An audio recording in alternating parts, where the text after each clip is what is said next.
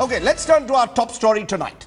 22 years after India's deadliest and first blasts in a way, the sole death row convict in the 1993 Mumbai blast case, Yaqub Memon, who allegedly financed the entire operation, has lost his last chance for a reprieve. The Supreme Court today dismissed his curative petition, essentially meaning that Yaqub will now be executed on the 30th of July at 7 a.m. in Nagpur Central Jail. March 12, 1993.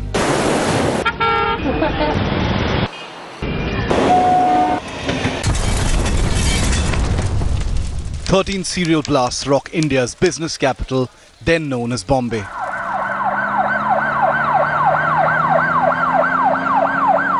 "257 people killed and more than 700 injured.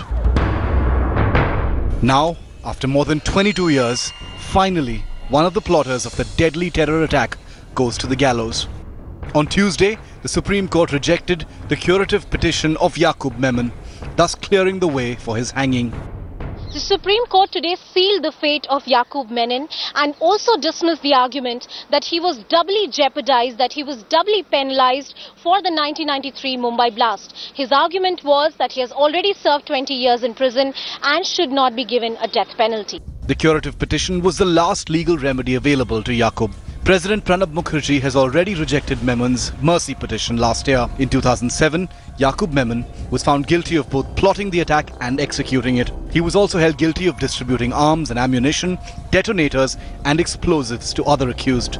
The Supreme Court's verdict on Memon's curative petition has been hailed across the board. But Samajwadi Party leader Abu Azmi has cried foul and... The brother of absconding accused Tiger Memon, that is also one of the things which needs consideration, and because of which he has been given death penalty and that has been continued further. Yaqub Memon is now likely to be hanged on the 30th of July in Nagpur Central Jail. But things are far from closure, as the main perpetrators, Dawood Ibrahim, his brother Anis and Yaqub's own brother Tiger Memon are still absconding, hiding in Pakistan, enjoying the hospitality of the ISI. Bureau Report, India Today. Now, in 1994, immediately after Yaqub Memon finally surrendered, senior journalist Madhu Trehan managed the only interview ever of the death row convict for the India Today group. In this tell-all interview, the blast convict gives never heard before details of the planning and execution of the blast, which killed 257 people. We want to play out an excerpt from that India Today exclusive of 1994. See, during my stay in Pakistan, I came to know that Tawfiq Jaliawala, this helped by ISI of Pakistan,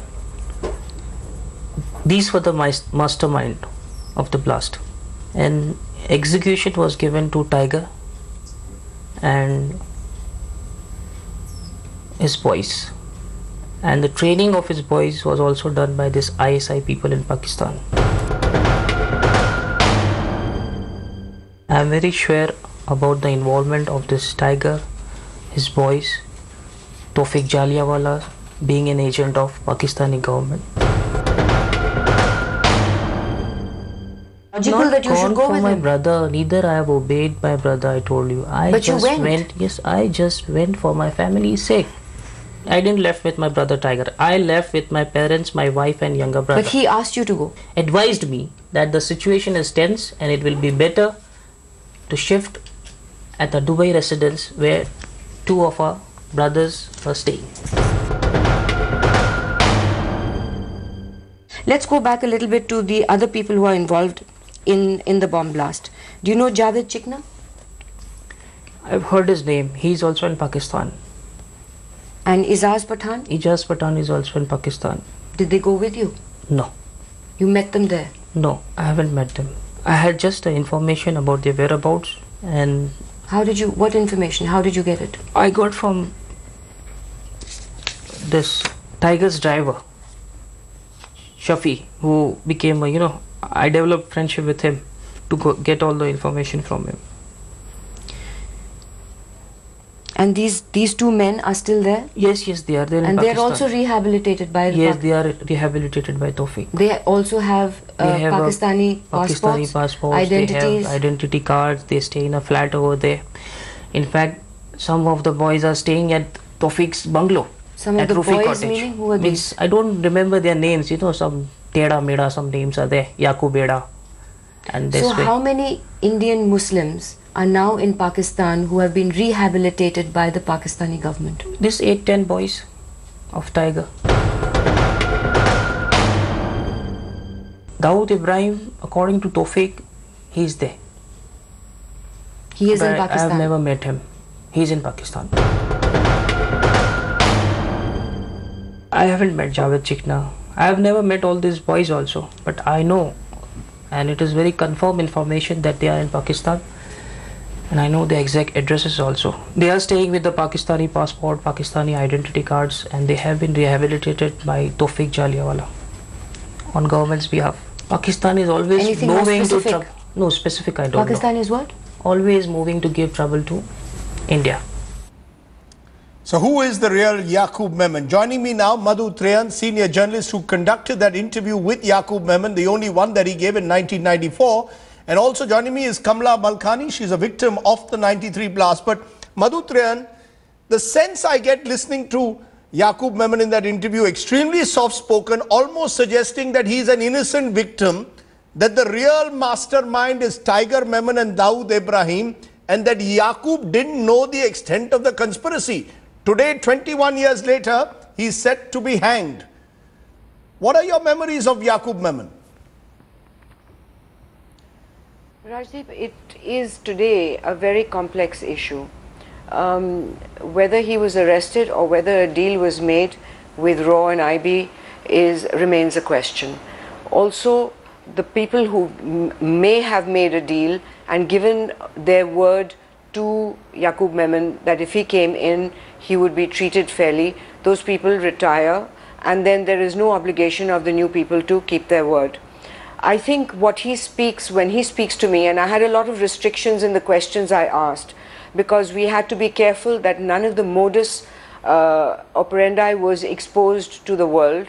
I had restrictions in what I could ask, and within that framework, so that we didn't expose anything that would damage or expose national security, I could ask those questions. His answers to me were well rehearsed, a constructed sort of story, which he was sure that he was giving names which would probably be inoperative by the time they were made public, addresses that would become inoperative by the time they were made public, and giving enough to the authorities and to me as a journalist to feel that he was giving some information. But did you believe him at the time when he said that he was not aware of the extent of the conspiracy? He even told you in that interview, I was not enjoying my life there, I came back for my motherland, that he was a chartered accountant who simply didn't know what Tiger Memon and Dawood were up to? Well, as I said in the interview to him that I didn't believe him, I told him that, and I told him that nobody in Mumbai would believe him. So it's a bit of a stretch that he's living in the same house and he doesn't know what's going on. It's a bizarre situation, and bizarre situations do happen sometimes. But my tendency to not believe him was there because I felt that he had rattled his questions, he had decided what he was going to give and what he was going to hold back. Kamla Malkani, you're a victim of the 93 blasts. I remember having interviewed you in the past when I was covering those blasts in 1993. Today, do you feel a sense of closure, a sense of justice? एक तरह से आपको न्याय मिला है? इसको न्याय बोला जाता है नहीं। एक तो 22 साल बहुत बड़ा अरसा होता है, और उसके बाद इतने सारे जो लोग फरार हैं, अब तक उनको पकड़ा नहीं गया है, तो कौन सा इंसाफ मिला? एक को सजा देके या एक को इतनी सजा होएगी, उसके बाद जो दूसरे लोग हैं जेल में, वो तो 14 साल के बाद आजाद हो जाएंगे। तो कहाँ पे इंसाफ मिला, कहाँ पे इंसाफ है? मेरे को नहीं लगता है कोई, ये जो बम ब्लास्ट हुआ था इसमें किसी को भी इंसाफ लगा होएगा ये बात से। You know, Madhu Trehan, in what Kamla ji is saying, in what she's saying, it reveals what went wrong in a way with the manner in which this case was prosecuted. 21 years. Here is a man. See, there are 2 points here, Rajdeep. Yeah, go ahead.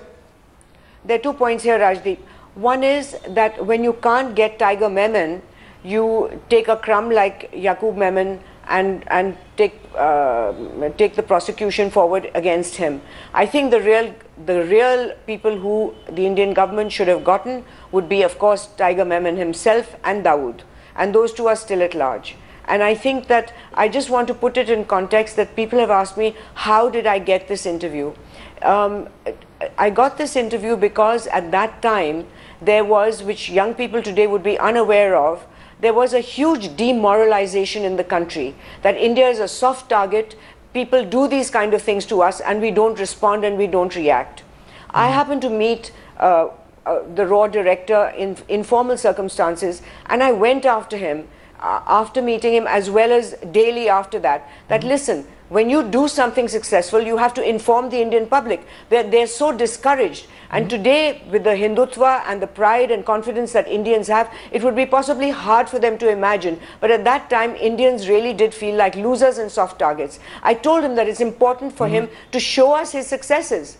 And after pestering him, they had this person, and then I got the interview. The feeling, of course, is that they told Yaqub that he would be allowed to turn an approver and in return perhaps be given some kind of a commutation of his sentence. Did you get a sense that that was also part of the deal? That was not confirmed, but I got a sense of that, because I think he also believed in the soft state of India, right, as the rest of the country did. I don't think he ever thought that it would evolve to what he did. And as I said earlier, officers who give their word on a certain agreement with anybody, they retire. So the next person who comes in does not feel that commitment to keep his word. I'm not sure. This does not mean that there was a deal. I'm not sure about that. Okay. But the fact of the matter is that he did come back. He did expect to be treated leniently as the chartered accountant of his brother, right, just managing the finances. I don't know how far that was true. I felt throughout the interview that it was constructed. He was lying. He had ruttoed it, and he was just giving us names of people that I'm sure were not valid. Okay, let's leave it there. The Yaqub Memon saga could be coming to an end at the end of this month. Madhu Trehan, who interviewed him, Kamla Malkani, victim of the 93 blast, who says this is no real justice till the real culprits, the Daouds and the Tiger Memons, are caught. Appreciate both of you joining us here at the top of the news today at 9. Okay, let me turn to a story which is today's story. India's new Nithari is how we are terming it. A serial rapist and a murderer who has confessed to killing and sexually abusing as many as 30 children in and around the national capital. Ravinder Kumar's disturbing confession of mass murders and necrophilia can be only compared to the Nithari case, where a domestic help killed, raped and even consumed flesh of his minor victims. The mass murderer has now spoken out, narrating the nightmare on camera. He speaks to our correspondent, Shams Tahir Khan.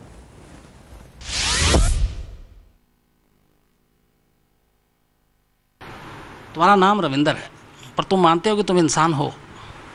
नहीं sir, नहीं। क्यों नहीं मानते? Sir मैंने इतने सारे गलत काम किए हैं, तो मैं अपने आप को इंसान नहीं मानता सर। तो ये सब करने से पहले कभी तुमने सोचा था जो करने जा रहे हो, जो करोगे, उससे एक जो इंसान है उसके ऊपर कितना बड़ा दाग लगता है? नहीं, ये नहीं सोचा सर। निठारी के बारे में कभी सुना था? निठारी का नाम? सर सुना था मैंने निठारी के नाम। क्या सुना था पूरा? यही सुना था कि सर वो बच्चों का पहले मार के फिर उनका मीट खा लेता था सर बना के। जब ये सुनते थे तब तुमको कैसा लगता था? अजीब लगता था सर। क्या अजीब? कि ये ऐसा काम करता है बच्चों के साथ, बहुत गलत करता है।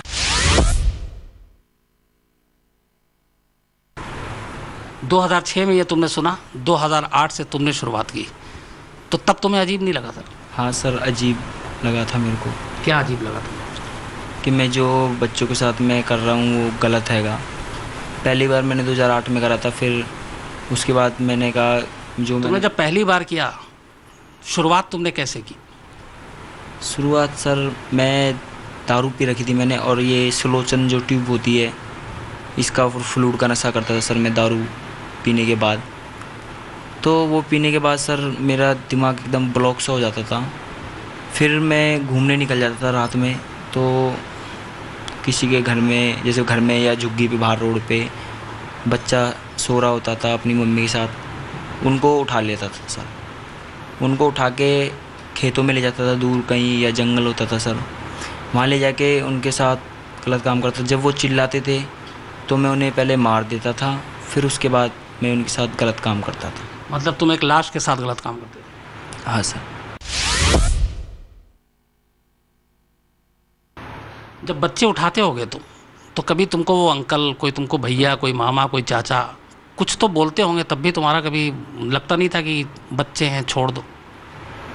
नहीं सर, उस टाइम पे मैं उन्हें मार के उनके साथ करता था सर। बच्चे कभी गिड़गिड़ाते थे छोड़ दो मुझे, या मौका ही नहीं दिया तुमने? रोते थे सर, चिल्लाते थे छोड़ दो, तो मैं उन्हें मार देता था। तुम कैसे तय करते थे कि किस बच्चे को कब कहाँ उठाना है? सर मैं दारू पी के जब किसी भी साइड चला जाता था तो वहाँ पे ये वारदात करता था। उठाते कैसे थे बच्चे, मतलब किसी भी इलाके में कैसे?